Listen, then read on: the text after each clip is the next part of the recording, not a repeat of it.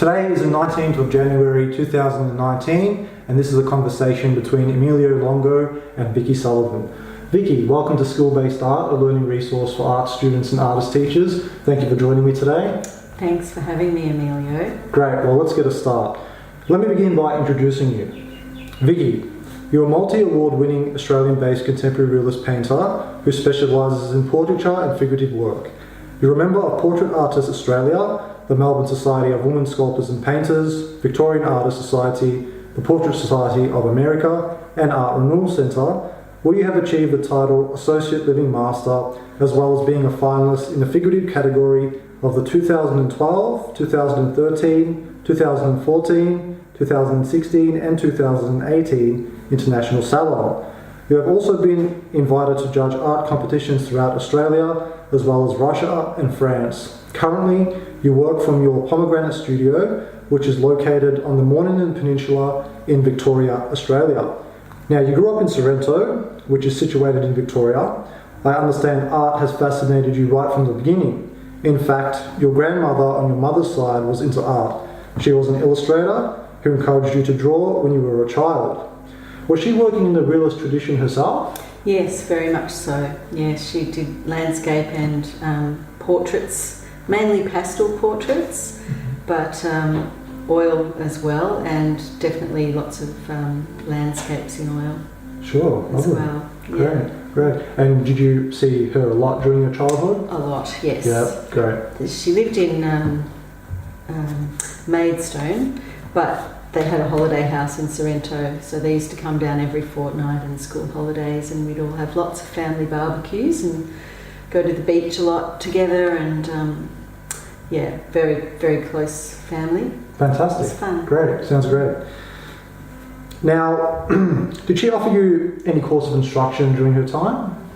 Well, she offered me a lot of encouragement, definitely, and mainly not so much instruction, but more providing me with materials to paint and providing me with materials to draw and encouraging me to to paint and draw, and she used to say if a child's interested in something, foster it. Sure, that's great advice.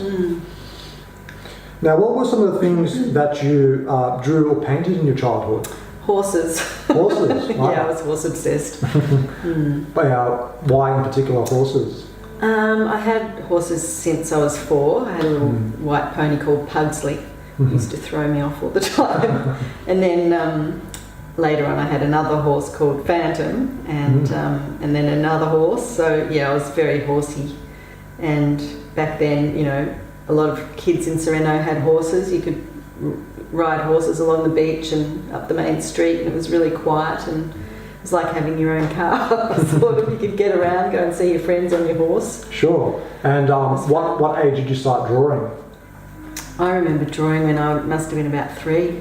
Wow, really young. Great. Yeah. Fantastic. Yeah.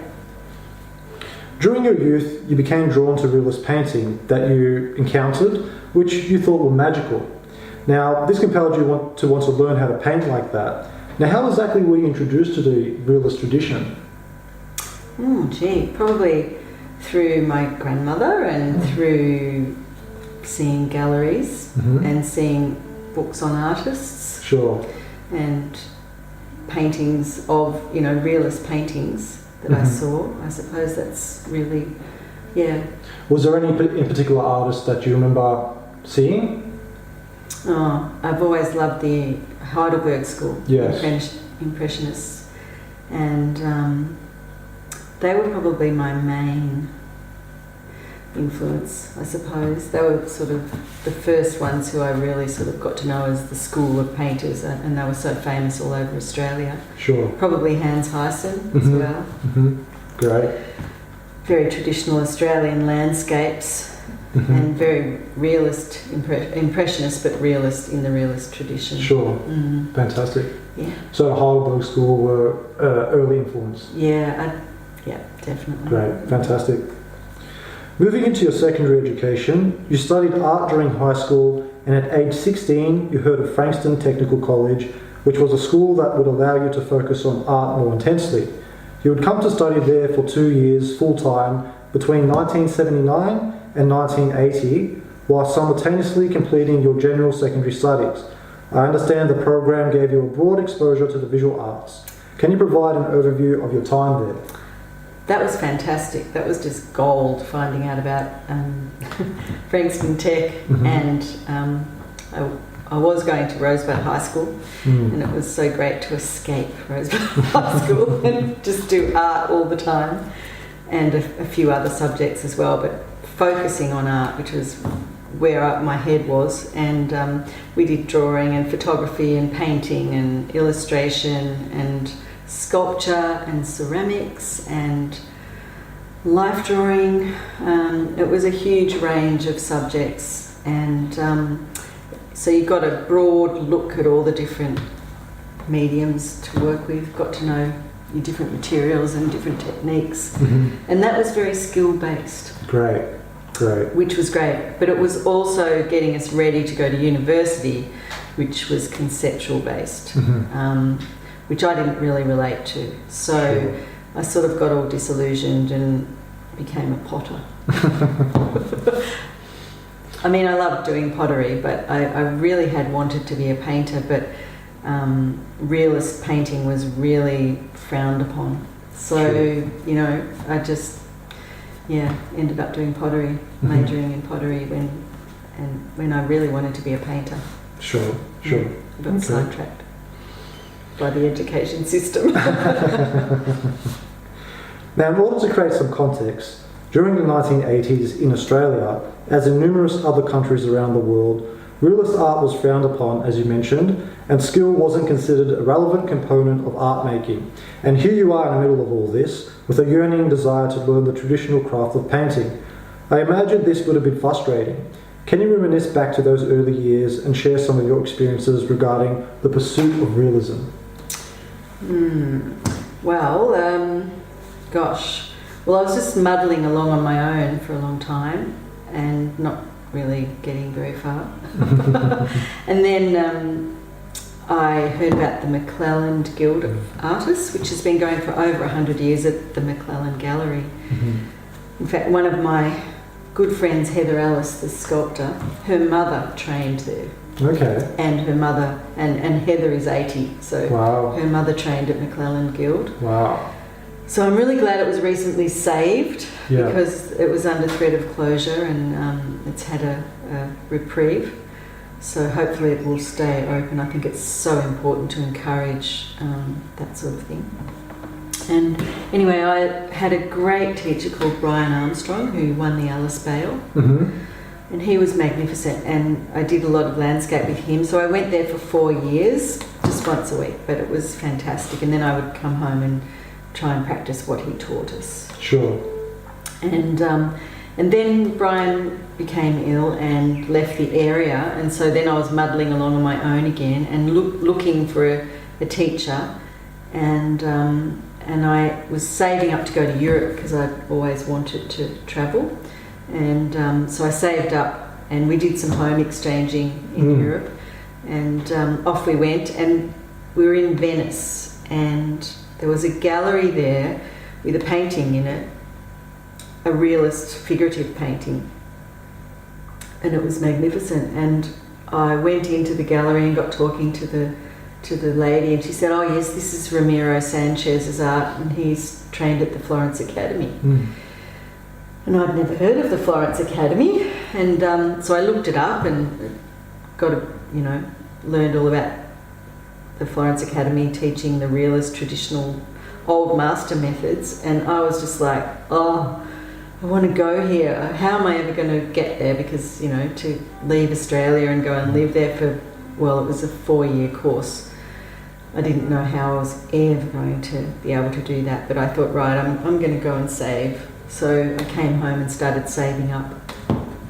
And it took me a few years to save up, but in the meanwhile, I got friendly with Marcus Callum, and he said, because I'd told him I was saving for the Florence Academy, and he said, have you heard about the Angel Academy?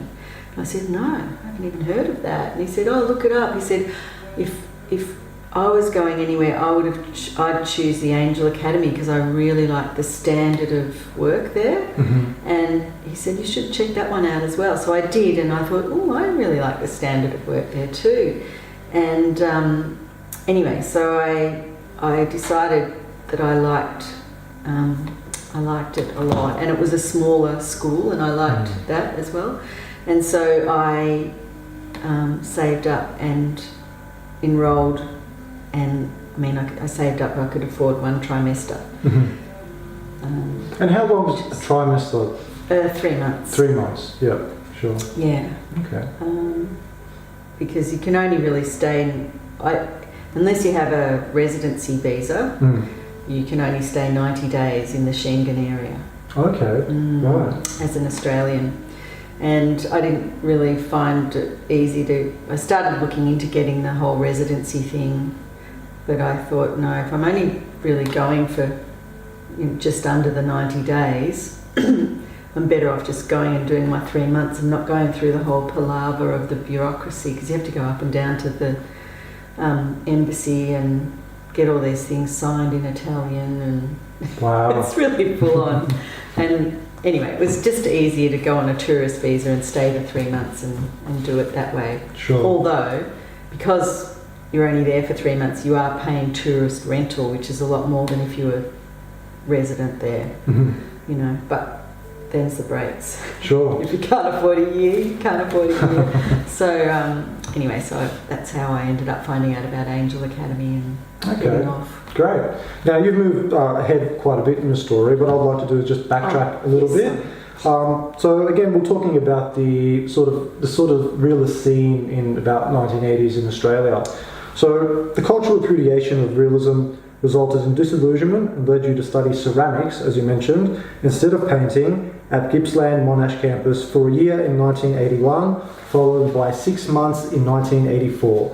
Did you take anything away from your time working in ceramics which has fed into and ultimately advanced your drawing and painting? Golly, that's a hard one. I don't know. Well, I suppose any form of creative making anything helps, doesn't it? I mean, it's just exercising that part of your brain. And I was doing some sculptural, figurative sculpture, so great. You know, I suppose that would have helped. I didn't do a lot of that, but I did a bit, and it was sort of more practical things, really. Sure. Learning how to build kilns and fire kilns and things like that. That was really good, and yeah, so I guess it helped a little bit, but not really as much as if I was studying painting. Sure. Yeah. Great. Thank you. Now, I understand you also spent some time working with textiles, in particular painting on silk. Can you tell me a little about why you chose to work in this particular medium? Oh, well, that was when I was living in the Northern Rivers, and friends of mine were doing batik. Oh, yeah. And it just was a fun thing to do at the time. And so I started doing batik and making cloth on cotton at first. And I made my brother a pair of these wild cotton pants, and he wore them out to a party, and all his friends wanted some. And so they all came around and put in their orders. So suddenly I thought, oh, I can make some money making some pants. So I made all of those, and then I thought, oh, this is all right. And then I bought some silk and started, because I'd seen somebody painting silk somewhere, and I've always loved silk. I think my grandma had some silk. She grew up next to the Chinese market gardens in Brighton or Black Rock, and the Chinese people, one of them was going home to China and had bought her back some silk. This is when she was young, and she told me that story, and I remember that. And she had some silk in her textile box, because my mum's a really good sewer, my grandma was a really good sewer, my daughter's a really good sewer. I'm hopeless. It skipped me. But I always loved silk, and so I thought, oh, this is fun, maybe I can do some batik on some silk, and it sort of started from that. And then I made myself a dress, and someone said, "Oh, you should take that down to Deb's down in Sorrento." And so I took it down to Deb's, and she said, "Oh, make me half a dozen." Wow. So I did, with my mum doing the sewing because I'm hopeless. And so I used to paint the material and my mum would do the sewing. Great, fantastic. And I ended up sort of just falling into it like that. It all started with the pair of pants. And it sounds like it's a good way to make some money as well. Well, it sort of was. There was a lot of, there were craft shops everywhere back then. Do you remember craft shops? Yeah, sure. And people would come down, lots of tourists, and buy things handmade from craft shops. Yeah. And so it was a good way to make some dough. And then at Deb's, she's more, you know, high couture sort of. And so, you know, hand painted silk in really comfortable sort of beachy designs were the thing. Interesting. Wow. Okay. So I just sort of fell into it really. Interesting. Accidentally. Great. Now, throughout your ventures into ceramics and textiles, your desire to learn the traditional craft of painting was strong, and you maintained your drawing and painting mainly as an autodidact. What kind of resources were you referring to throughout your self-education? Art books. Art books, yeah. I used to borrow art books from the library. Sure. And I used to just draw and try and paint things, you know. Are there any books in particular that you remember being really helpful? Can't remember. Can't remember. No, and they weren't learn to paint books. They were more like inspirational books on artists, certain artists, you know, the Heidelberg School, Australian Impressionists, things like that. Sure. That I would sort of look at and try and get ideas from. But yeah, it wasn't really until I started learning from Brian Armstrong that I really started getting it together and understanding how to paint. You know, I mean, I was sort of, before that, I think I was sort of painting by numbers because I really didn't have a clue how to use the oil paint, really. Yeah. Not painting by numbers, really, but, you know, sort of.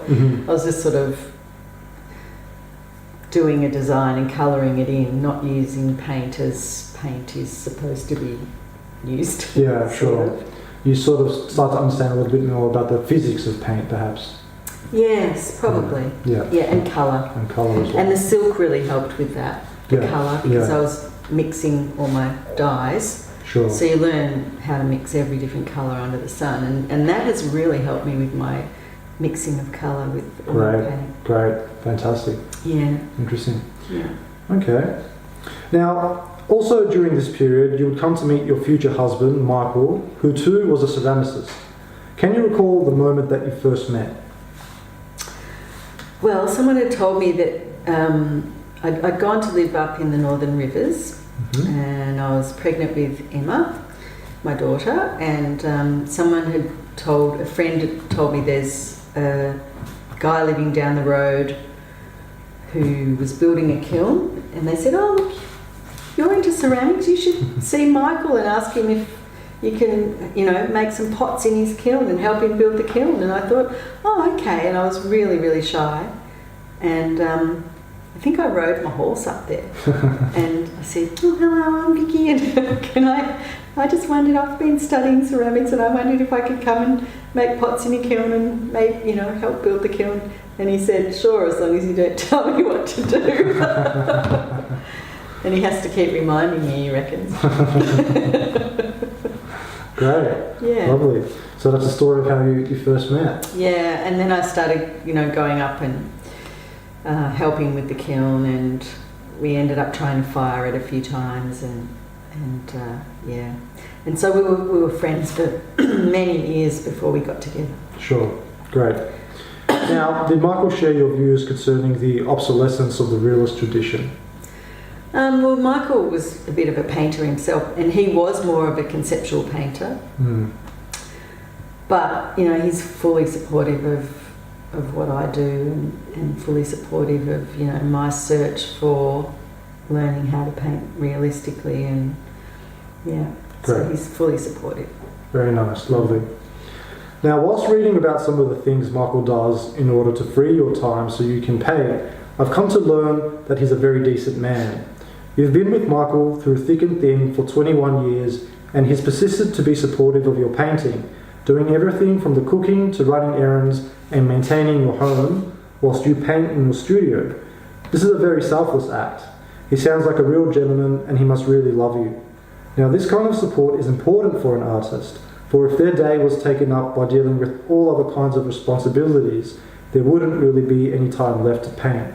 Ultimately, the kind of work we attempt to create requires many, many hours of long, focused and uninterrupted concentration.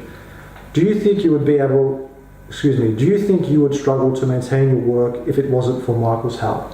I definitely would struggle, yeah, because I spend hours and hours in here every day. I pretty much work 8 hours a day, most days, and occasionally I might have a day off if I have to go and pick up framing or something like that, but yeah, I just fully dedicate most of my life to painting. And because I've got him, you know, making me dinner and doing all the cooking and stuff like that, I'm just so lucky. I really am, and I'm very grateful. Sure. And do you find at the end of the day, perhaps when you leave the studio and go have dinner with Michael, that you often find you're reflecting upon a lot of the things that you perhaps were struggling with in the studio that day? You know, painting something that you had trouble painting, perhaps? Sometimes, if I am, yeah. Some days you do, some days you don't. Yeah. And do you find sharing that dialogue to be helpful? Yeah, sometimes we do. Sometimes I talk about it and work it out with him, and just to have a sounding board where you can say, I think with this one, I think I might, you know, like with the Sigrid Thornton one, when I was rushing to get it finished for the Archibald, and I wasn't happy with the result on the background, and you know, I think I'm going to go back in and rework that whole background. I'm just not happy with it. And he goes, yes, you know, that's a good idea, and you know, I'm really glad that I decided, because I don't like having work out there that I'm not 100% happy with. Sure, you know, of course, yeah. And what I found is if I rush, that's what happens. You just can't rush it. It's a slow cooking thing. Yeah, sure. And it takes the time it takes. That's right. You can't rush it. You know. Sure. Okay, so moving on into 1980s, you and your then husband moved to northern New South Wales from Sorrento into the subtropical rainforest. Later, as a single mother, you would build a house there, 20 miles from the nearest town. You lived there for approximately 4 or 5 years, on and off, with your 2-year-old daughter named Emma. Now, this is very brave of you, that is, living in a rainforest 20 miles away from town. Can you tell me more about this period of your life? Well, it was a lot of fun. It was a lot of hard work, and I learned a lot, actually. I learned a heck of a lot. It was in a little valley out of Kyogle, and it was a beautiful little community, and everyone was really supportive. I had very little money. I had enough money to hire a builder for a little while. He had a generator, which was great because I had no electricity. Wow. And all the women in the valley came down and helped me dig the stump holes. And then all the men in the valley came and helped hammer the tin on the roof. It was a roof like that too. Wow. And then I got up and hammered on the ridge capping, which was kind of scary looking down. But anyway, and then I ran out of money, so the builder left. But before he left, he showed me how to hang doors and windows. And so I used to get up every morning and bang up wall boards and things like that, because all I had was a floor and a frame and a roof with tin on it, and so I put silver paper up on the outside because I had no walls and moved in, and you know, we had no running water, no electricity, but slowly I sort of got that together. And my grandparents came up and they were a bit shocked how I was living, and they wanted to help, and I said, no, I'm fine. And then they went home, and I'd been trying to get my plumbing together, and I'd had a 44-gallon drum and a couple of rolls of poly pipe, and I was rolling it up this gully with the poly pipe, and And then, I was setting up my own plumbing because I thought I could get gravity feed from the gully, which would have worked, except that the ground was like this, so I kept getting air in the pipe, so I'd have to run off and shake the pipes all the time. It was driving me crazy. So I rang up my grandparents and said, you know how you said you wanted to help? I'd really love a water tank because then I could pump up from the creek, So they actually bought me a water tank. Wow, lovely. And then I had running water. It was great. So I learned to do plumbing. Fantastic. Just polypipe, cold water plumbing. Sure. And then I came down and worked a summer down here with my dad and saved up for a gas instantaneous hot water system. And my brother and his friend Dean came up, and Dean was a plumber, so he put the hot water system in for me. Someone gave me a bath down the road because a snake lived under it, and it was a big old cast iron bath. It was great. And so it all slowly sort of came together, and eventually I even saved up and got electricity on, which was quite a few years. Took me quite a few years to do that. But no, it was a good experience doing all of that. Now that I live in the ultimate comfort of hot water, electricity, I really appreciate it. That's an incredible story. A lot of people, probably haven't experienced that sort of thing in their life. That's quite something, Vicki. Well, yeah, a lot of people up there then in that era were out in the bush building houses. Sure. You could do that then. Okay. Interesting. It was a great thing to do because, people were more self-sufficient. I need a house, okay, I'll just go and build one. Yeah. You can't do that sort of thing now. Everything's so bureaucratized. Yeah. It's sort of sad. And housing is so much more expensive. Oh, yeah. I mean, I did it on the smell of an oily rag, really. Mm-hmm. But, everything's so sort of bureaucratized. It would be practically impossible to do that now. Sure. What a fascinating story. Okay, now during this period when you're building your home and getting electricity together and all these things you're dealing with, did you maintain your drawing and painting? A little bit, but not much. I mean, I was mainly just every morning I'd have to go, get a couple of buckets, go down to the gully, fill up the buckets, come back, heat up the water. If I wanted to, to have a wash and to have breakfast, and everything took so long because it's like camping. Basically, Sure. I was camping in my house, and so just living and then putting up wallboards and stuff like that, took a long time. And even to go shopping into town, that was took a whole day practically. Wow. By the time you drove into town, got your shopping, did your washing in the laundromat. So actually, that was one little luxury. Used to do my washing at the laundromat.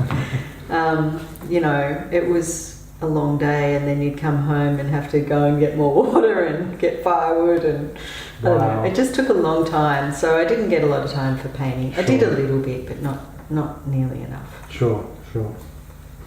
Following this, you moved back to Sorrento. Later, in approximately 1996 or 1997, you and Michael got together as a couple. Eventually, you discovered the McClellan Guild of Artists, which you've mentioned, where you found Australian painter, Brian Armstrong, who was a student of Ramon Horsfield and Graham Moore. You would come to train with him for one lesson a week for 4 years, between 2000 to 2004, whilst painting in earnest in your own time as well. Can you provide an overview of the course of training you embarked on with Mr. Armstrong? Well, basically we would just take up what we wanted to work on, and so we were mainly working from photos. Okay. With landscape, and he was just teaching us how to go about it, how to do an underpainting and how to mix colours and what colours were good to use, and he was teaching us about edges, and it was a really, and tonal values. Sure. So that was a really good grounding with Brian.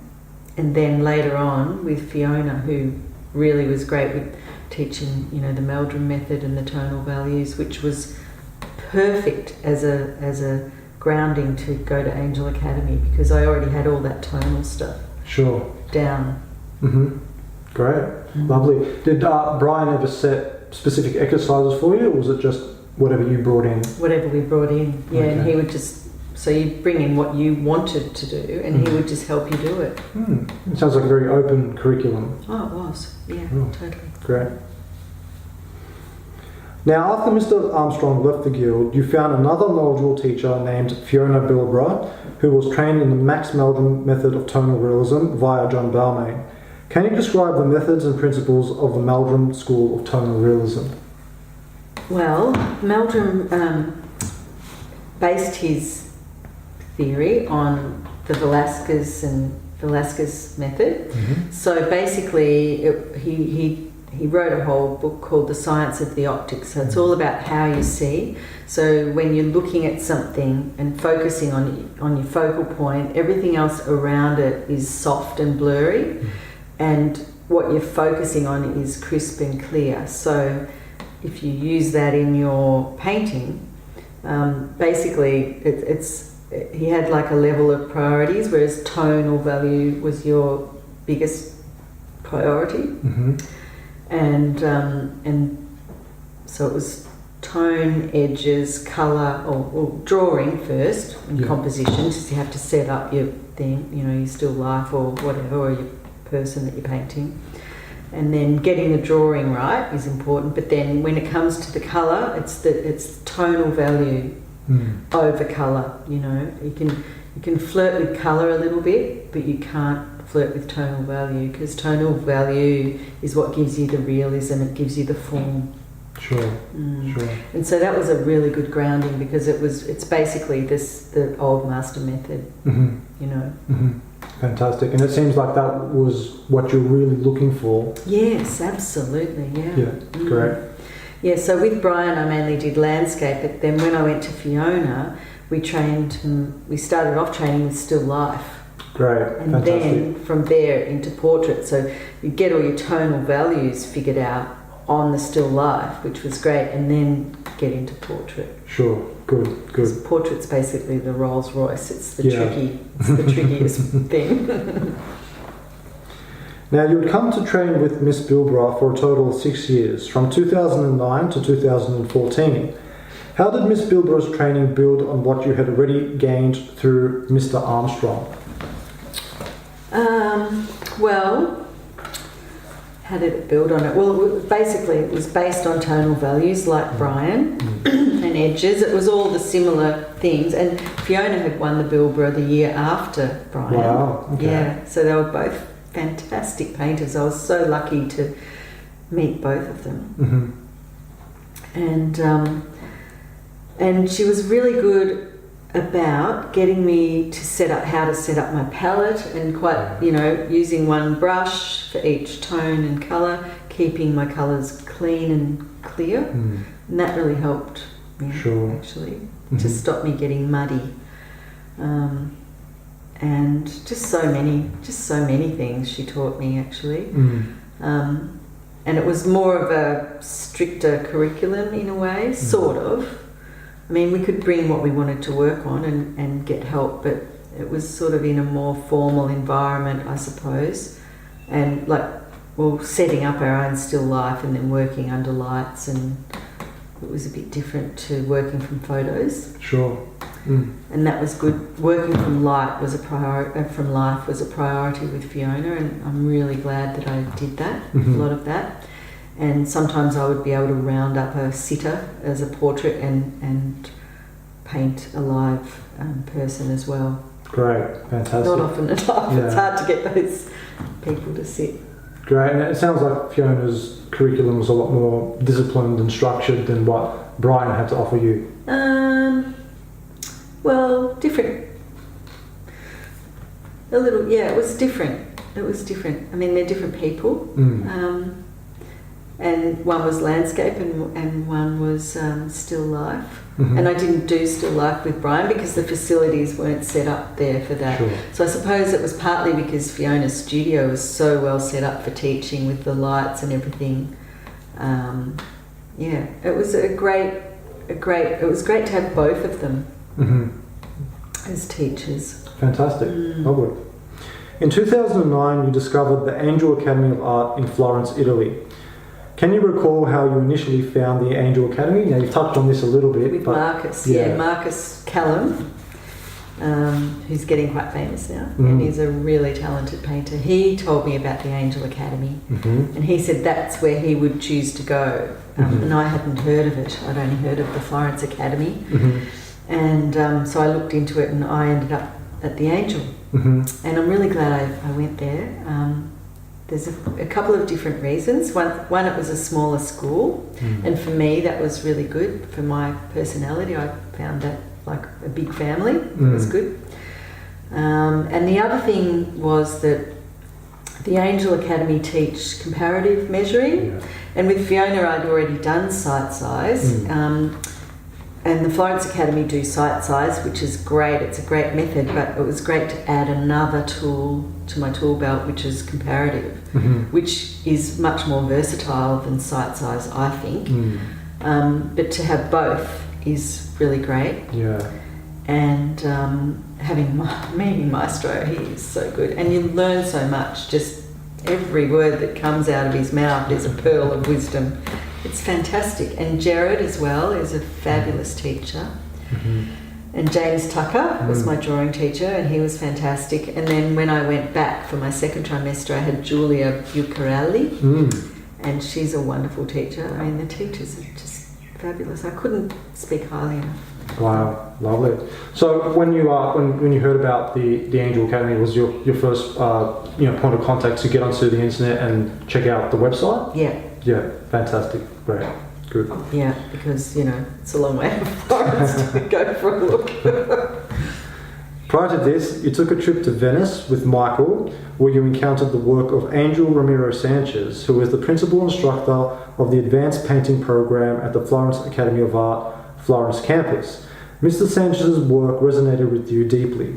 Where exactly did you encounter Mr. Sanchez's work, and what was your initial impression? It was a little gallery in Dorsoduro in Venice. Right. Goodness knows, we just stumbled across it. Wow. I could probably find it again if I got lost there. I think I did find it again eventually when we went back. So we went back and did a home exchange there a while ago. And it was just awe-inspiring. And I said to Michael, that's how I want to learn to paint. I want to learn to paint like that, because I hadn't done figurative with Brian. I'd only done landscape, which was great. I mean, it's good to be able to paint everything. Sure. So, yeah. And what did I think? I just was awestruck by it because it was realist painting and it was brilliantly done. Sure. At that point, hadn't you seen anything taken to that level of realism? Not here in Australia. Sure. No, Yeah. I hadn't. Not that I get out much, but I really hadn't. Sure. No. Great. Fantastic. Upon your return from Venice, you started saving to travel to Florence, and in 2014, you and Michael arrived there, where you trained at the Angel Academy for one trimester. I understand you preferred the Angel Academy over the Florence Academy because it's a smaller, more intimate school. Now, for people who aren't aware, the Florence Academy and the Angel Academy are like the Harvard and Yale for traditional realism. Can you further justify your reasoning for choosing Angel over Florence? You did touch on that a little bit already. Yeah, I did too, and I think they're both fantastic. I mean, the work that comes out of both those academies are wonderful. I mean, there's 4 big academies in Florence, and they're all great. I mean, I can sing the praises of Angel because that's where I've been. Sure. I don't really know a lot about the others. They all have their strengths. Yeah, but Angel, I would encourage anyone to go there. It's brilliant. And it seems like the whole comparative versus sight size method of measuring is a pretty big factor in one choosing whether Angel Academy is more appropriate to their needs or Florence Academy is. I suppose so. Yes. One of the things, I mean, just my impression is that Angel focuses on gesture. Sure. Yeah. I'm not sure if the Florence Academy focuses on gesture. They probably do, I think, but one of their strengths, I think, is brush stroke. They're good at teaching brush stroke, and the Russian Academy, I think they're great on anatomy. And the Cecil Academy, the work coming out of there and some of their students is just great as well. So they all seem to have their sort of strengths and their sort of particular ways of doing things. Absolutely. Great. And Angel Academy suited me. But some people go from one and then go to the next one and, you know, and move around. Move around a bit, yeah. Yeah. Yeah, sure. Okay. The more tools you have under your belt. That's right. Makes you an artist. Are you able to recall the first time you met the director of the Angel Academy, Michael John Angel, and what is he like? Oh, he's lovely. Yeah, he's great. He's a character. He seems like that. He is. He's really lovely. So he's originally from England, but he moved to Canada and then to Italy. Then to Italy. Yeah, sure. That's right. He had a school in Canada. Yeah, yeah. And yeah, I think that's a bit of a sad story from what I've heard. And then he started the Florence Academy with Daniel Graves, and then they sort of had a difference of opinion. They're still good friends, but they decided to split the school because they both had different directions. And yeah, so, but I think in the beginning he was part of the Florence Academy. They started it together, and then he split off and made Angel Academy, and the Florence Academy is still, you know, they've got a few schools now. Yeah, and he was there at the same time that Charles Cecil was with Daniel Graves, right? I think so. Yeah, yes. there were three of them. Right, all starting it. They broke apart Yes. at one point as well. Yeah. Great. And what was your first meeting with Michael John Angel? Was it an interview? Was it just a casual conversation? I think it was at the school. I can't really remember the first time. I think it was actually at the school when I was first there. Sure. And he bounced in, you know, and I don't know, I can't remember. But I just, yeah, I really am fond of Maestro. Did you have an interview for the Angel Academy? No, I had to write. What, you know, why I wanted to go there and send a portfolio of work and be accepted. Sure. And what were some of the things that you mentioned in your writing? I said I'm striving for excellence. Yeah, great. That's what they want to hear. I was. Yeah.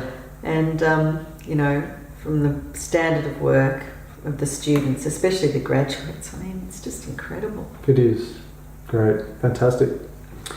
At the Angel Academy, you trained in long pose academic figure drawing in 3-hour sessions for a total of 27 hours. Sometimes you would have the luxury of working from the model for up to 90 hours, which improved your observational drawing and painting skills immensely. The training also covered anatomy, composition, materials, and art history.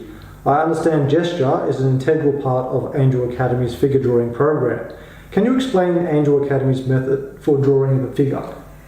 Well, you start off with a gesture drawing, and then usually you have your top and your bottom lines, you know, and then you find your centre line. Sure.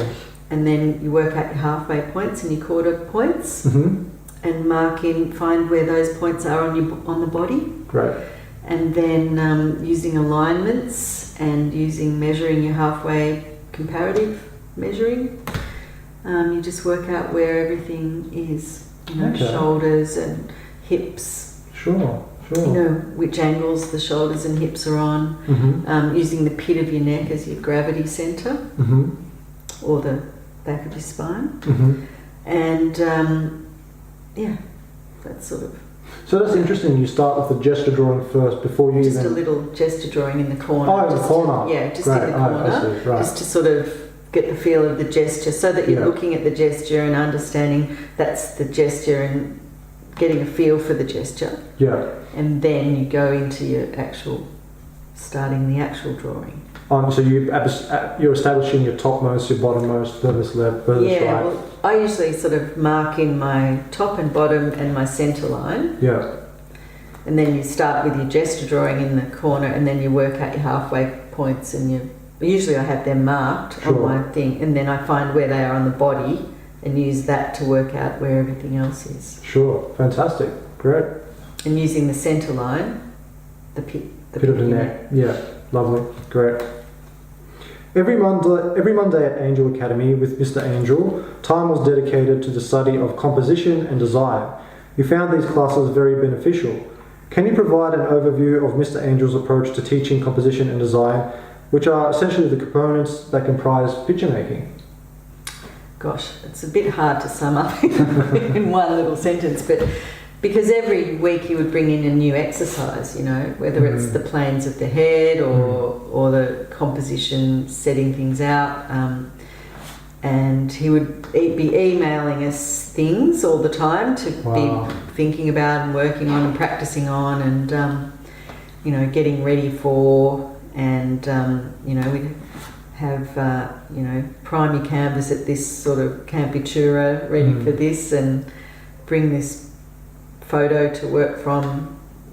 You know, sometimes little copy studies, Boogerow copy studies, and he was just basically showing us the method for doing copy studies quickly, because copy studies, learning from the masters, is such a great way to learn. Sure.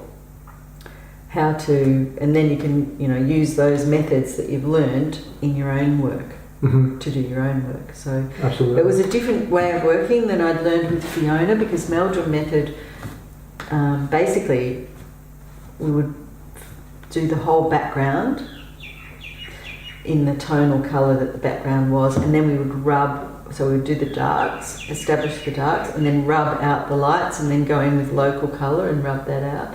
So that was how I'd learned with Fiona, so I'd sort of got that whole tonal value thing going. And then with Maestro, basically we were doing a grisaille study first, so we'd do the drawing, get the drawing right, and then do black and white, and then go in colour on the top. So totally different ways of working, but more tools for the toolbox. Sure.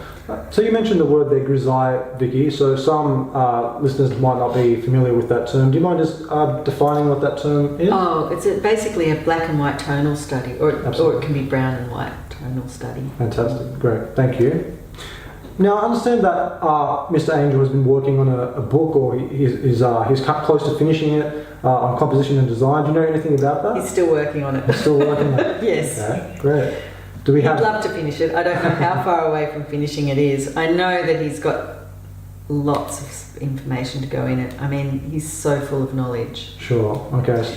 So we don't have a date just as yet as to when that book's going to be published? No. Okay. But one of the things I really loved about Angel was when Maestro gives his lecture. He gives lectures, you know, and about artists and different movements in art. And, they're just wonderful. I just love them. Sure, sure. Now, moving on. You most likely would have met other realists at Angel Academy. Can you explain who some were that you met? Well, Cesar Santos came and gave a demonstration when I was there. Rob Liberace dropped in. Wow. That was great. And gosh, there's so many other great painters there. I mean, all the teachers are really great painters themselves. One of the people who is a good friend is Benjamin Goutard. We actually have one of his little paintings upstairs. Wow, okay. And he graduated at Angel. He's so talented. And he did a big painting which he put into the figuratives at the Meme, and it was acquired. Wow. So they've acquired one of his paintings. Fantastic. He's just a young guy, but mega talented. Tibor, oh golly, I've forgotten how to pronounce his last name. But he is a fantastic painter as well. He's French. Goodness, I can't think of his last name. It's terrible. I'm having a mental blank because I'm on camera. There's just so many really great painters. It's hard to say. A lot of them go on to become teach there. Sure. Like James Tucker, who's now teaching back at the Julian Ashton School, and Ashish Kumar. He's teaching at Angel, and his work's really great. Jose, whose last name I can't pronounce either, but he's very talented. And there's so many. I mean, there's Savannah Tate Cuff. She's gone on and then trained at the Grand Central Academy, and now she's teaching there. There's Landon Harris Clay. He's still last I heard, he was at the Grand Central. I'm not sure where he is at the moment. There's Alvin Mark Tan, who's in Singapore, and he's doing all sorts of things, travelling around Singapore and doing all sorts of art projects. I can't even think. My head is... yeah. It's okay. How did you find meeting Cesar Santos? Is quite a character. He's a character. Mm-hmm. Yes, he's definitely a live wire. And Rob Liberace? He was very nice too. I only briefly met Rob, so he didn't do a demonstration or anything, so that was quite brief. But then last time I went back, I met some other artists who were in Florence doing other things, like Michelle Dunaway. And so I went and watched her do a demonstration. Tina Garrett, she did a demonstration and painted Michael. He became a celebrated artist. I mean, a celebrated model for artist model. And Romel de la Torre, I saw him do a demonstration as well. That was great, a portrait demo. And Daniel Keyes. Yeah, lovely. So that was really great. So I've met quite a few of the rock stars of the painting world in Florence. So it's a great meeting place. It is a wonderful meeting place. Yeah, sure. Okay. In my opinion, Angel Academy have some of the nicest still life compositions coming out of the school. Are you at all aware of what the still life instructors ask of students when setting up a composition? Well, that's usually Jared's thing, and I think Maestro has a hand in it too, though. They both have to sort of sign off on the composition before they start. Wow, okay. And it can take quite a while to set up the composition. I didn't actually get to do still life because they sort of bent the rules for me, and I really wanted to go and do figure because I knew that it's so hard for me to afford to go and live there for 3 months and I really felt like, because it's so hard to get any figurative training here, especially in Victoria, and I'm not even near Melbourne, so I really wanted to focus on figure. So I just did figure in the morning for 3 hours, figure in the afternoon for 3 hours, so I didn't get to the still life painting, but I got to see everyone doing their still life paintings and just go, ooh, ah, they're so good. So no, I haven't got all the recipe. Not that there's a recipe, but there is some sort of... Usually I think they have 3 objects, you know, a focal object and then 2 supporting objects. I think that's one of the things, but I couldn't tell you what the others are. Sure. And from what I understand, usually a theme is set, like literature. Oh, a theme, yeah. Literature. And, you might have a book with a pen and a quill or feather and so on and so forth. Yeah, a tenebris. Yeah, sure. Okay, moving on. Did you take classes at all with Angel Academy instructor Jared Woznicki, and what is he like? Now, you mentioned Jared. Yes, I did. Yeah. This is the one I did with Jared. So that was 3 hours a day. Ooh, I've got a reading on something actually. 3 hours a day, 3 days a week for about 10 weeks. Wow. And from life. Wow. And it was great. It was really good. And he's very particular about every single thing, which is why it's so sort of perfect. But that was really great. He's so good at teaching. He's very good. Yeah. Fantastic. Great. In 2015, you were invited back to Italy by realist painter Sarah Calcagno to teach a workshop in Siena. Calcagno, sorry, my mistake. Sarah Calcagno to teach a workshop in Siena on the Meldrum School of Tonal Realism. Can you explain what exercises you had your students complete during this workshop?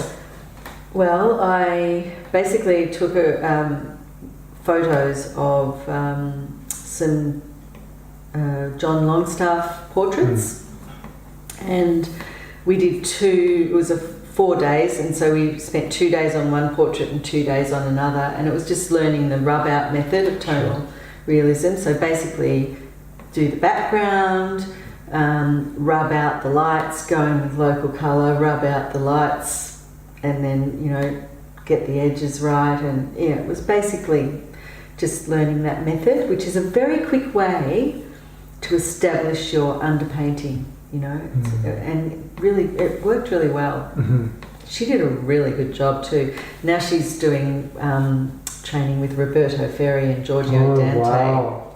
And her Great. work's just fantastic. Fantastic. Great. Okay, moving on. However, before you embarked on your teaching journey to Siena, you travelled to London to see a major John Singer Sargent exhibition. Whilst there, you joined a curated group tour and were very impressed with the curator's knowledge on Sargent. Keen to find out who this curator was, you asked the lady in the tour, and to your surprise, who was the curator? Richard Ormond, Who is... John Singer Sargent's nephew. Fantastic. It was amazing because I had no idea, but I always love a tour, you know, Yeah. because you find out stuff that you wouldn't know normally. And so I always tag along and listen in. Mhm. And so I heard this tour group and I thought, oh, they sound interesting. And so I was tagging along and following them all around. And I tagged along through the whole tour, listening and, you know, having a little chat. And then I found out why they were so knowledgeable, because it was Richard Ormond and also Rupert Alexander, who's a really fantastic English painter. And he was doing a portrait workshop at the National Portrait Gallery. Oh, lovely. So that was their group of students that they were taking on this tour of the Sargent exhibition. Okay, So I just lucked in. The timing was amazing. So there's a photo of me with Richard Ormond. And Mr. Ormond's got some great books on Sargent as well that he's authored, and yeah, really I'm good. slowly buying, you know, one a year or something. Okay, moving on. You had come to save your money again, and in 2017 you completed another trimester at the Angel Academy. What was your course of training in your second trimester? Well, that was when I got into painting. So that was when so the first trimester I did the bark drawings and a charcoal.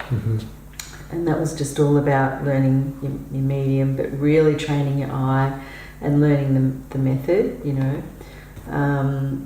which carries on into painting. Sure. So the second trimester, I said, look, can I come and just do figure drawing and figure painting? Actually, I didn't even think I'd be doing painting. I thought I'd be just drawing the figure all day. And Maestro said, oh, look, I'll put you in, you can do painting in the afternoon. You can be in my group. And I was thinking, oh, I don't think I'm good enough for that. I don't think I can do that. And Michael said, don't be stupid. He's just told you that you're up for it. You can do it. If he thinks you can do it, you can do it. So I said, oh, okay, you're right. So I thought, yeah, I'm mad if I don't take the opportunity. So I sort of jumped from the first things into painting because I'd already had so much experience. Otherwise, I think he let me. They don't usually do that. Usually, it's a very set course. But I think he just allowed me to do that because I'd already had a lot of other experience doing painting.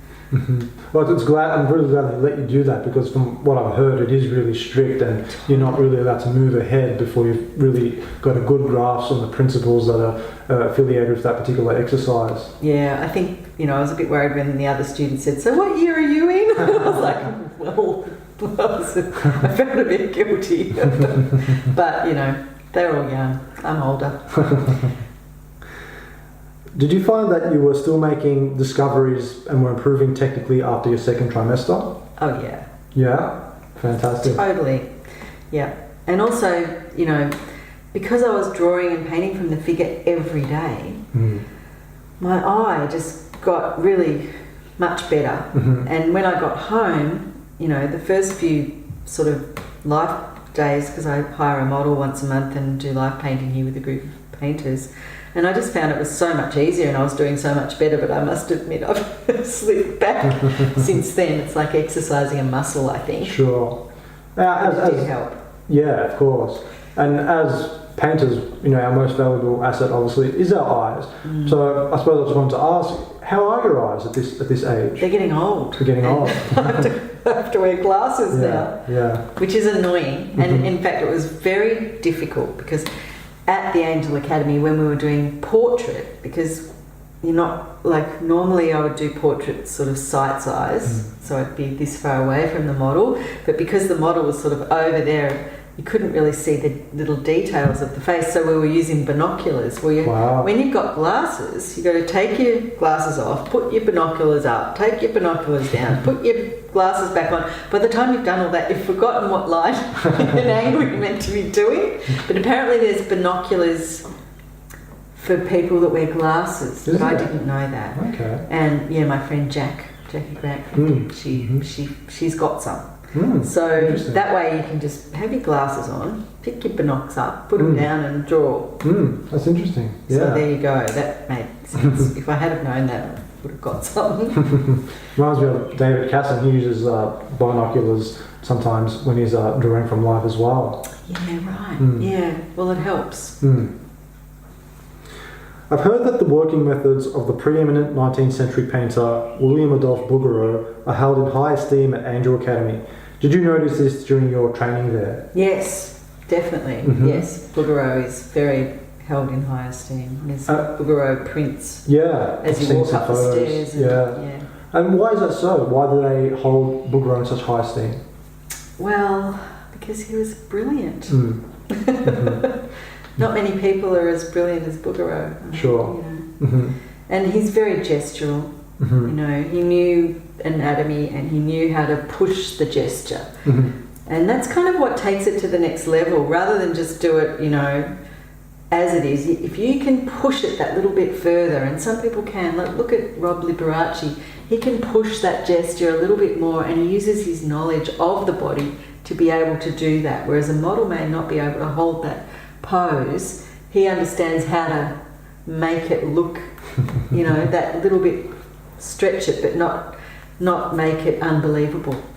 It's incredible watching him work. Like some of his oil sketches just from life are just breathtaking. Absolutely. And Shane Wolfe as well. Incredible. Yeah. I've also noticed that you tend to create oil studies using Bouguereau's paintings as reference. Is he an artist that you aspire to technically? Oh, yeah, absolutely. Yeah. And what kind of benefits do you find you get from copying Bouguereau's work? Oh, his skin tones. Are magnificent. You know, I just love them. They're so beautiful. So subtle, so beautiful. But also the way he simplifies. You know, he's not a photorealist. He's a realist, and that's, you know, I find I'm not really into photorealism. I know some people look at my work and they go, oh, it just looks like a photo, and they, you know, it's meant as a compliment, but actually I prefer not to look like a photo. I prefer to be like Bouguereau and not put every single little detail in, you know, put what's necessary in and make it look real, but he simplifies so that it actually looks more real than if you did it like a photo and did every little detail. And that's one of the things that Maestro stresses. Idolization. You know, absolutely. Don't add in every little, you know, dip it, sort of simplify. But keep it real, so that, and it'll look more real than if you try and paint it exactly as a photo is, you know. In a sense, less is more. Totally. Okay, moving on. In 2016, you initiated and helped co-curate the inaugural Australian Woman Painting Woman exhibition, which was held at the Barinja Cultural Centre in Upwey, Victoria, which has now become a biannual event. Feeding off the realist painting movement in the United States, the exhibition celebrates the talent of female portrait artists and their female sitters. Can you explain more about how this exhibition came to be? Well, I'd seen in America at RJD Gallery, they had the Women Painting Women show, and then quite a few other galleries as well were doing them, and it was exciting. I just thought, wow, what a great idea, you know, it really was quite exciting. And also, you know, the whole history of women in art and being marginalised, and, you know, I mean, even in Australia, I mean, how many women have won the Art Board? I think only 8 in nearly 100 years. It's a little bit of an imbalance. Anyway, so I decided I'd try and do a little bit to tip the balance. And I thought, wouldn't that be great to bring that idea here? And I had quite a few friends who were realist painters and said to them, look, girls, if I can find a venue, would you be interested in participating? And they all said yes. So then I was asked to judge an art competition in Wonthaggi, and that was where I met JD Whitman. And we got chatting, and I ran my idea past him, and he said, "Oh, that sounds like a really interesting idea. I think we could do that as a special exhibition." And so that was where the idea came from. And then we had a few meetings, and he came down, and it just took off, and we had the first show, and it went really well.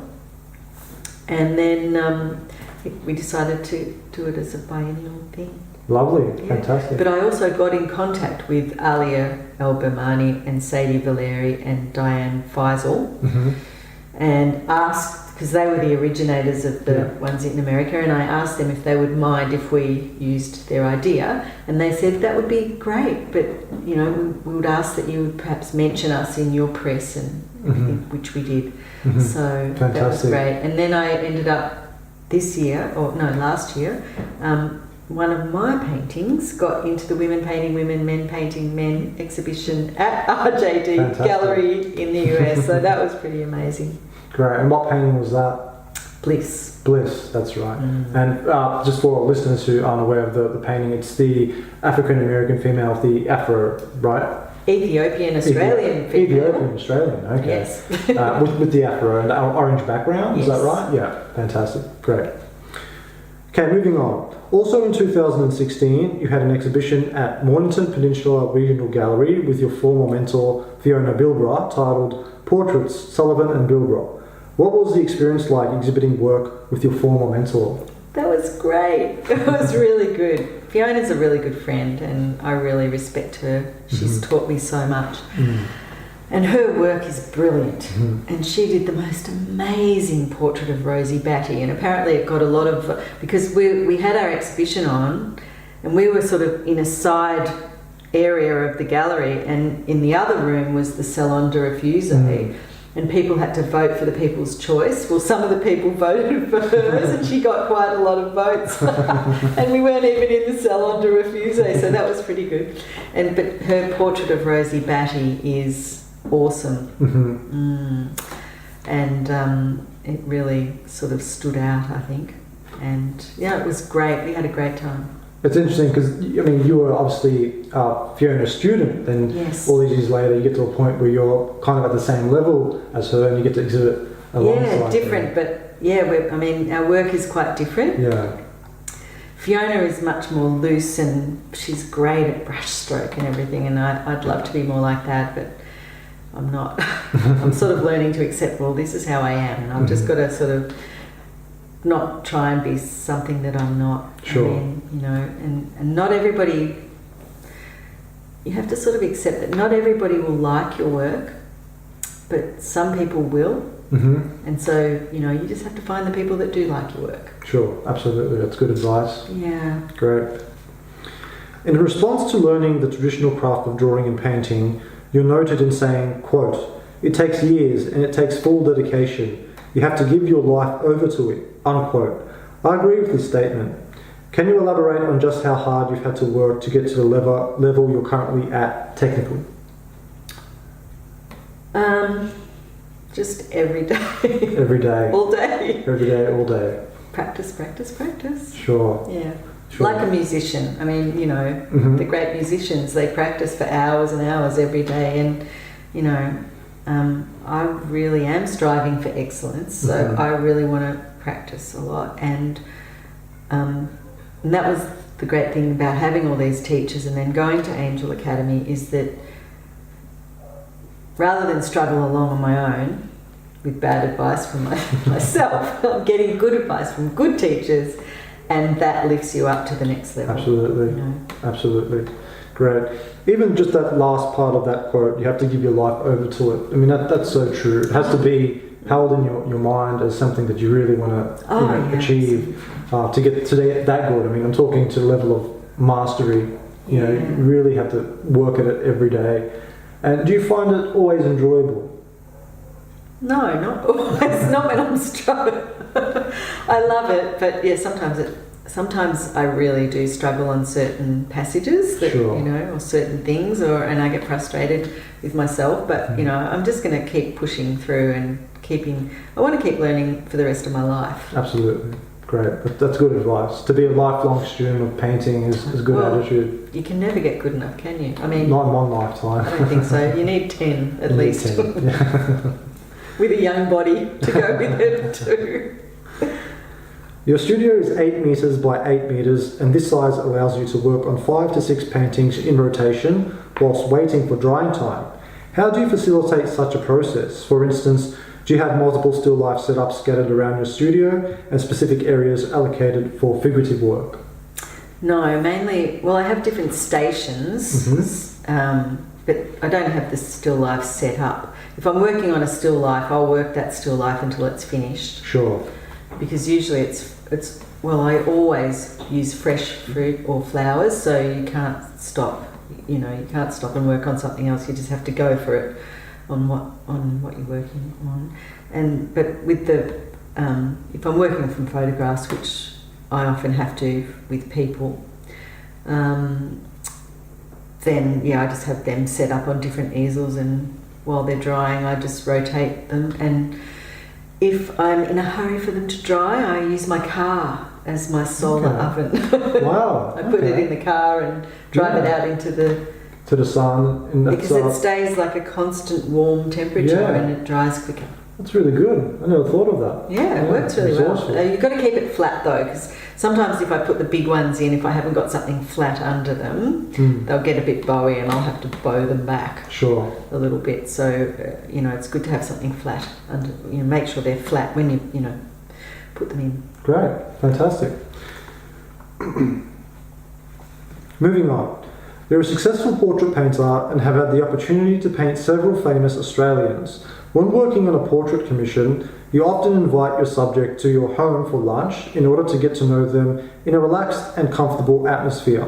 This also allows you to study the structure of the head, skin tones, and the character in the hands to ultimately decide on the gesture of the portrait. Generally, you'd like to have at least 2 sittings with your subject, and oftentimes you will refer to photography to complete the portrait, specifically if the subject is a child. Can you describe the processes and procedural steps you take when working on a portrait? For instance, do you create a transfer drawing or do you paint colour studies? I don't do a transfer drawing, and occasionally I'll do a colour study, but no, with Meldrum method I just learned to just go straight in. Sure. Pretty much. But I am going to do a multi-figure painting. I've got that sort of cooking in my brain, and I'm going to do transfer drawings for this one because it's more complex than what I'm used to. And I'll probably even do grisaille. Thanks, Meister. To help me work it all out first. Sure. And you find just having a couple of sittings with your sitter is enough? Usually. Also, because if they're really famous, just getting them here once is great. If they can come twice, it's wonderful. I count myself very lucky to have been able to paint all the people that I have painted, and they've been really generous with their time. Sure. And so you just take what you can get. Great. Think yourself lucky. In regards to using photography as well, some realists stand by it, others detest it. What's your opinion? Well, it has its pluses and its againsts. Maestro says it's much, much harder to work from photos than it is from real life, which in some ways is true because you don't get the colour that you get when you're looking with your real eye rather than a photograph. But then on the other hand, you don't have to wait for the model to show up. They don't move, they don't talk. So it has its pluses and its against. I think the thing is to do enough studies from life so that when you are working from a photograph, you've got that to help inform what you're doing. Sure. I mean, I would love to work from life a lot more, but it's pretty hard to get people to come and sit, and I'm so slow, it takes me ages. But I have been lucky, I've had quite a few people come and sit for me. And I'm always looking for more. And once a month I hire a model and have a group of painters come. I'd like to do that more often. I'm slowly getting a bigger group of painters who want to do that, and the more I get, then the more I will do it. Great. Well, it's great that you're utilising both working from life and from photography as well. Good. Yeah. Well, also, I'm an early riser, so, you know, sometimes I'm out here in the studio at 8 o'clock in the morning. Mm-hmm. Well, it's nice not having to wait for your model who's going to rock up at 10. You can get to work. Okay, moving on to my next question. I understand you use linseed oil as your painting medium, which is a notorious slow dryer. How do you add any kind of accelerant to help speed up the drying time? Well, I didn't used to, but since the last time I went to Angel when I was doing the painting, we were mixing up half and half. What's it called? Liquid, yeah. and linseed. Great. And then oiling in with that, and then painting into that. And so I've been doing that a bit lately. If I've got something I want finished quicker. Yeah, sure. So, but sometimes I don't do that all the time. Usually I just use the linseed oil. But if it's something that, like, ivory black is the slowest thing to dry, and you know, at the moment I'm doing a commission with a lot of ivory black, so I have been using that a bit. Yeah, I was thinking I might try and get the Michael Holland ivory black. Maybe different brands dry quicker. Yeah. I haven't tried that yet. And I do like his paint. Or the Langridge, as you said. I haven't tried that. Maybe I should get in contact with them. Sure. And a lot of the contemporary painters nowadays are using the alkyd mediums to help speed up drying time and things like that. Whereas linseed oil can take weeks to dry. So it is a good thing to get onto those alkyd mediums, especially if you're working with deadlines on portrait commissions and things like that as well. Yeah, deadlines are Sure. Okay. So regarding linseed oil, have you ever had any trouble with the paint film yellowing with age? No, but I have had a major problem once with blooming. Yeah, sure. And I didn't know what on earth was going on, but I had made my paint I used too much linseed. I thinned it with too much linseed. Sure. And it was a background, a very, very dark black background. And it bloomed, so it had all these it sort of went into little, like marbling. Yeah. And that was awful, and then I didn't know what to do with it, so I tried rubbing it out with white spirit and painting over it, and it just came back through. No. Yeah. I was like, oh no, what am I going to do? And so I rang a guy down in Korumburra, Doug, who knows a lot about art, and he's a really lovely man. And I said, do you know anybody I could ask for advice on this? What can I just don't know what to do. And it was my big Gallipoli painting. Yeah. And, I put 9 months of work into this portrait with 3 life-size people, and it was like, now I've ruined it. And anyway, he put me in touch with Christabel Blackman, who makes her own varnish. She's very skilled at all that, apparently. She runs workshops on it and everything. And he said, look, give her a call and tell her that I sent you. And she was very kind. I rang her up and told her what was happening. She said, I think you've got blooming. And I was like, oh, what's that? Anyway, and she said, what you need to do is you need to mix some varnish and mix a little bit of black paint into the varnish, and then varnish the bit that's blooming. Okay. Which I did, and it worked. Fantastic. It just sucked it in. Wow. And it smoothed it out. Great.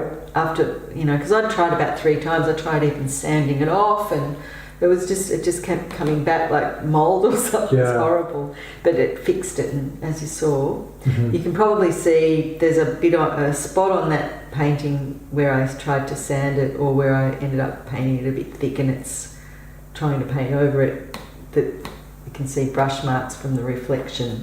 That's probably the only leftover bit of the blooming, and it's not blooming, it's just a side effect of me trying to cure the blooming. But yeah, thanks to Christabel Blackman, who was most kind, it was fixed. But otherwise I haven't had a yellowing problem, no.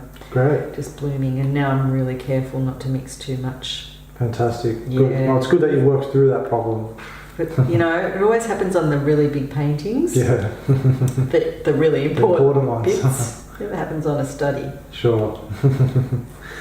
Okay, colour is a unique element in your work. Not many realists do it well. Is your sense of colour influenced by where you live, that is being surrounded by nature? I think so. Yeah. Sure. I do love colour. And I think being a silk painter for a long time really helped me mix colours because I had to mix every colour, so I learned how to use colour quite well, you know, Interesting. how to mix colour. Great. Yeah. It's great how that's feeding into your work now, those Yeah. experiences that you had outside of realist painting perhaps. Yeah, great. I didn't think of it at the time, but now I think, yeah, I did learn a lot about colour. Yeah, it has helped. Great. So regarding your palette, what sort of colours do you have in your palette currently?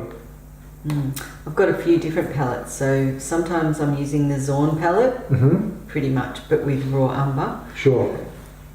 Which is so ivory black, white, cad red, yellow ochre, and I'm adding raw umber to that. And then I've got this other palette that I've been using with skin tones, which I really like, and it's got more of a cooler skin tone, and that is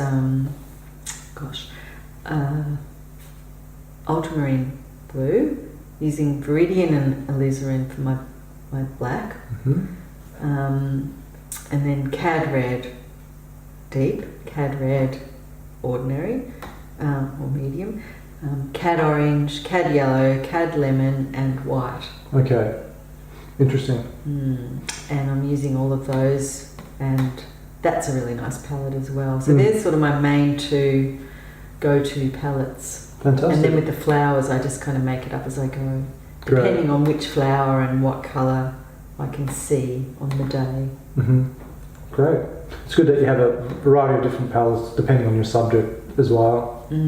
Well, I've been trying to, because I've changed my palette. When I learned with Fiona, we were doing alizarin. Oh yeah, there is alizarin in that one I just mentioned as well.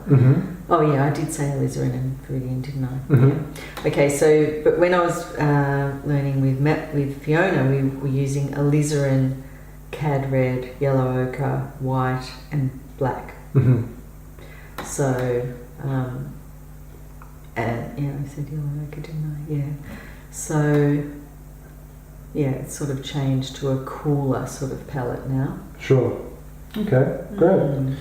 So moving on, you have previously taught a master copy workshop from your Pomegranate studio, which had quite a successful turnout of participants. Why do you feel a need to teach as well as to paint? Well, I think it's really good to pass on the knowledge. I mean, Absolutely. I've been lucky enough to learn some of this knowledge, and I think it's really nice to help people learn because they want to learn this stuff. And it's really hard to find teachers in Australia for realism. Absolutely. It's not that easy to find good realist teachers. Do you find teaching helps improve your understanding of painting? Yes, I think it does. Yeah. Yeah. Great. Yeah, I find that too as well. Just explaining things to others helps you really put it in a very structured sort of way that makes sense. And when you see them put it into practice as well, that can open up doors for you and just help you see things from different perspectives as well. Yeah, that's true. And it trains your eye because it's problem solving. So you're going around and solving all these different problems. Sure, absolutely. I had 6 students, so every day you're solving 6 problems. 6 different every time you go around the room. Do you plan to teach more workshops in the future? Yes, I think I'll be doing one in a couple of years. Sure. I've also invited my friend Tina Garrett to come to my studio and teach a workshop here. So that's 2020? That's 2020, and I'll be a student in that one as well. But I probably will. I was going to teach another workshop this year, but then I got a big commission, and it just seemed like a lot to take on. So so I thought, no, I'll put it off until I'm not sort of under pressure to finish things. Okay. I understand you enter the Archibald Prize every year. Now, for people who don't know, the Archibald is a very popular Australian art prize that's dedicated specifically to contemporary portraits of distinguished Australians. Although it isn't the richest art prize in Australia, with a total grand prize of $100,000, it by far receives the most publicity. Despite your numerous attempts, you're yet to be shortlisted. Can you explain some of your experiences with the Archibald so far? Well, it's been great fun painting all the people I've had to paint. It's been worth entering just for that experience. And the nice thing is, even though I haven't made it into the Archibald yet, I've been a semi-finalist in the Doug Moran 3 times now, so I feel like I'm almost knocking on that little door. And the paintings that I've painted have been finalists in most of the other portrait prize, like the Percival and the Shirley Hannon and the Alice Bale and the Kennedy and the Black Swan.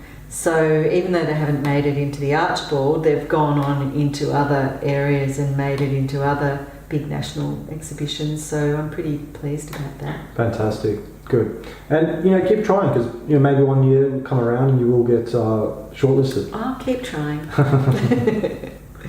As well as the Archibald, you have also participated in the Amy Bale Travelling Scholarship and Art Prize. In fact, both of your former painting mentors have won the prize in previous years. Again, for people who don't know, this is Australia's most prestigious prize for traditional realist painting and has been established to advance the careers of Australian artists working in a traditional manner. In 2014 and 2016, you were a finalist in the prize. What is your opinion of the Amy Bale Travelling Scholarship and Art Prize today? I think it's a wonderful opportunity, absolutely wonderful, and I think it's so great that there's a prize out there promoting realist painting, traditional realist painting. That was what Alice Bale was all about, Absolutely. And it gives people a chance. Excuse me. Got a tickle in my throat. Yes, it gives people a chance that they wouldn't have to go and study overseas. Sure, absolutely. And perhaps it isn't very well known as well when we think about a lot of the other art prizes like the Archibald, the Doug Moran, pretty well known. However, the Amy Bale is only really known to select traditional artists who are working in a very traditional manner, not necessarily contemporary painters who may be working in a representational manner, but not a traditional manner. Right, yeah. I don't know. It does seem to be pretty dominated by the Julian Ashton students who win it, but I mean, they're the ones who've got the opportunity to train. There's nowhere in Melbourne that teaches with, traditional methods with them, like an atelier, like the Ashton School has that facility, and they've been there for 100 years, so it would be great if we had somewhere like that in Melbourne, really, wouldn't it? It would be, yeah. Be so good. Moving on. I remember standing before your painting titled The Bush Poet at the 2014 exhibition of finalist work in the Glen Ira City Council Gallery and being completely in awe of the way you painted the gentleman's leather jacket. Can you provide some information as to the creation of this portrait? Well, he's a friend from around the corner, and he had a magnificent beard, a magnificent beard. And I asked him if he would let me paint him because I really wanted to paint a beard. It's a big white bushy beard, and he came dressed like that. Wow! Which was great. So he took it on board and came dressed in that great outfit, and then it was fantastic, and the hat and everything. And he is a poet. Oh, he is? Wow. Yeah, he is a poet, and so I called it the Bush Poet. And the jacket, it took me a while to kind of get the jacket, but I just decided because it's leather, it had to look really smooth. So I painted it really smoothly to make it really look like leather. Sure. So I wanted it to look as if tactile, And you've achieved that very, very well. I was just staring at that treatment just for such a long time in awe of it. And you've done a really, really good job on that portrait, Vicki. As mentioned in the introduction, you were awarded the title Associate Living Master by Art Renewal Centre, which is the largest foundation in the world dedicated to perpetuating traditional realism. You achieved this in 2014. Do you believe this was the breakthrough moment of your career? it was pretty full on. It was so funny because that was when I finally got to go to the Angel Academy. Okay. And I'd been there 3 days, and I got the emails telling me that, because I'd applied to be a living artist on their site, and because they have 3 levels: living artist, associate living master, and living master. So I was hoping to get in as a living artist. And then I got this email saying that they decided that my work was the level of associate living master, which is just below living master. And so I nearly fell over. And then I kind of felt all embarrassed. I had imposter syndrome. And, you know, because there I was, an associate living master, and I was, you know, starting off with the first years. It was quite funny. And so I took Maestro aside and I said, "Hey Maestro, don't tell anybody, but the Art Renewal Centre have just made me blah blah blah." And I said, "But don't tell anybody," because I felt sort of embarrassed because I was like this new student, and and you know, then I'd have all these expectations on me. And so a couple of days later, Maestro announces to the whole school that I'd become Associate Living Master. So there I am, like, glowing red, going, "Oh no." Anyway, that was fine. So that was, and I said, "Crikey, Maestro, I've only been here 3 days and I'm already an Associate Living Master." It was really funny. You must have gotten a lot of respect from a lot of the students once they found that out. Well, I don't know, not when they saw how bad I was at drawing from life. I think that they thought, why did they make her an Associate Living Master? Probably, but I soon, you know, with their method is so good that it was, you know, really good to go and, you know, actually learn how to do it from life better. Sure. Great. Fantastic. Okay, moving on. Art Renewal Centre is also very supportive of your work, and they often make blog posts regarding current exhibitions, prizes and awards that you are involved with. What is your relationship with ARC? Well, I'm a member of the site, and you have a page with all your work, and I always go into the salon. And last year I won one of their big awards, a publication award, and that was really great because Collections magazine in China, which is a very prestigious art magazine in China, did an article about my work. And I was expecting hordes of Chinese people to turn up at my studio. It hasn't happened yet, but I live in hope. And so that was really great, and I think they're really wonderful for promoting realism, and it's a great website. There's so many resources on it, and you know, it's growing. It's really helping to grow the whole realist movement. It is. And also, it's a sort of an anchor point for so many other areas of the realist movement to be sort of combining resources with, you know. Absolutely. Like sponsoring prizes and exhibitions, and it's fantastic. Especially just giving you know, a young student who might be interested in traditional realism a place to go to learn about schools, to learn about the masters, technique, all the articles that they have on the website as well. Really a very good educational resource as well. Yeah, and Fred Ross's lecture about, you know, why realism. He's great. It's a classic. He's great. Yeah. It's the ARC philosophy. Totally. It's fantastic, and you know, it needed to be said. I think it's wonderful. Absolutely. Okay, so moving on. Have you networked with many Australian-based realists over the years? Well, yeah, I'm sort of doing that more and more. I mean, I'm a bit isolated living down here on the peninsula. I'm a couple of hours away from Melbourne, and I'm a bit of a chicken when it comes to driving in the city, so I don't get up there as much as I should and as much as I'd like to. But having my Painting the Model days has been great because I'm gathering a little tribe of realist painters who come, and that's really great. And the Women Painting Women's been fantastic as well, because that's, you know, another whole area of networking. And the in the Melbourne Society of Women Sculptors and Painters, so that's another networking thing that I've been involved in. And Portrait Artists Australia, I mean, they're not doing a lot in they've just got the website now, but when they were sort of doing exhibitions and that, there were great opportunities. I got to send one of my pieces, the one of John Waters, got to go to the Australian Embassy in Washington with them, and you know, so through different portrait exhibitions, when I've been along to the openings and that, I've met some people. So you know, that's how I got to meet Sally Ryan and Marcus Callum and you know, quite a few other people. So fantastic. Yeah. Good. It's great that you're networking slowly and helping to build a community of like-minded realists here in Australia. Raylene as well. I met Raylene at the same time. Fantastic. Yeah. Great. Okay.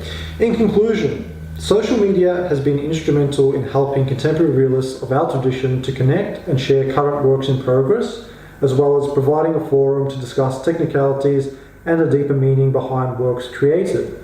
Ultimately, social media provides us with a sense of camaraderie and a platform to foster healthy competition. When navigating Instagram, I often see your comments appear on various international realist pages. In your opinion, who is currently creating work that you find is going above and beyond? Oh, there's so many. I'd have to say Michael Klein and Daniel Keyes and Josh LaRocque. Stephen SAL is amazing. Colleen Barry, Savannah Tate Cuff, I love her work. Michelle Dunaway, Tina Garrett. Did I say Daniel Keyes? I did. Okay. Shane Wolfe, Rob Liberace, Cesar Santos. Oh, there's so many. There's so many great painters out there. You know, and there's so many also. Jacob Collins. There's so many coming out of the Grand Central Academy too, whose work I really love. But I'm not familiar with all their names even. But Amaya Gertide. Yeah. Love her work. It's incredible. Alex Venezia. I really like his work. Yeah. There's heaps. There is fantastic painters out there who you just drool over.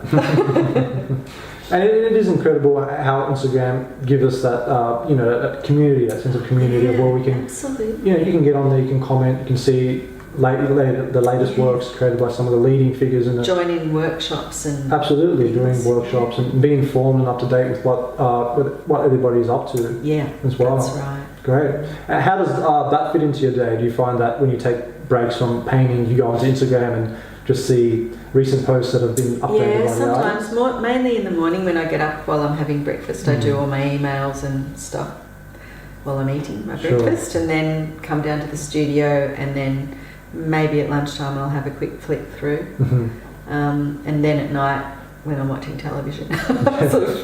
Sure.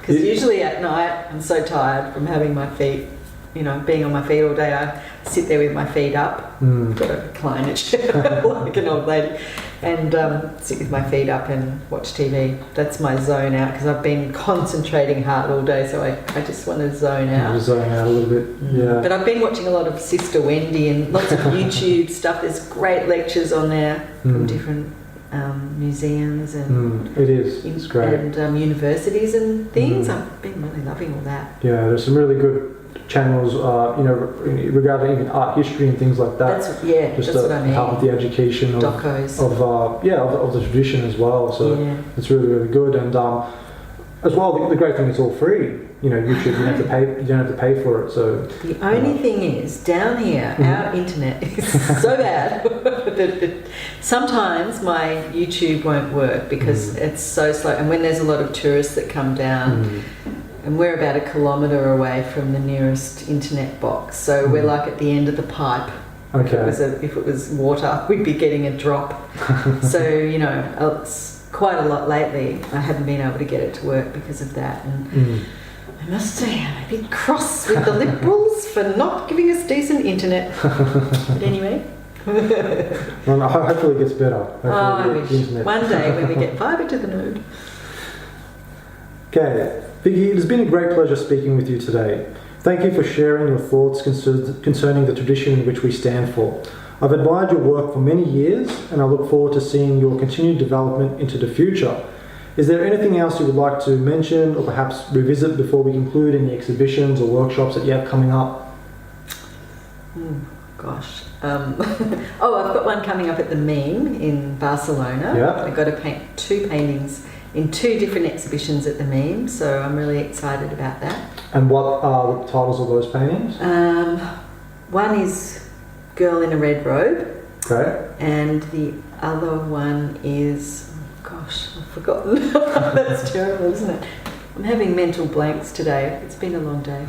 I can't even think what I called it. It was a really good title too. How embarrassing.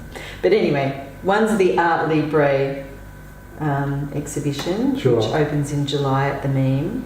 But first it's going to show in Zaragoza in a beautiful old Moorish palace. But I'm not going to be able to see that, unfortunately. But I will get to see the tail end of the other one, which is Painting Today, which is for International Women's Day. Yeah. And I won't get to the opening, but I'll see the end of the exhibition, and that's the girl in the red robe. Fantastic. Yeah. Great. So I'm looking forward to that. And you know, I'm entering the Archibald again. I'm painting Bob Starkey of Skyhooks, and that's looking pretty wild. It's going to be pretty wild. Maybe they'll let me in this time if I'm writing all over it or something.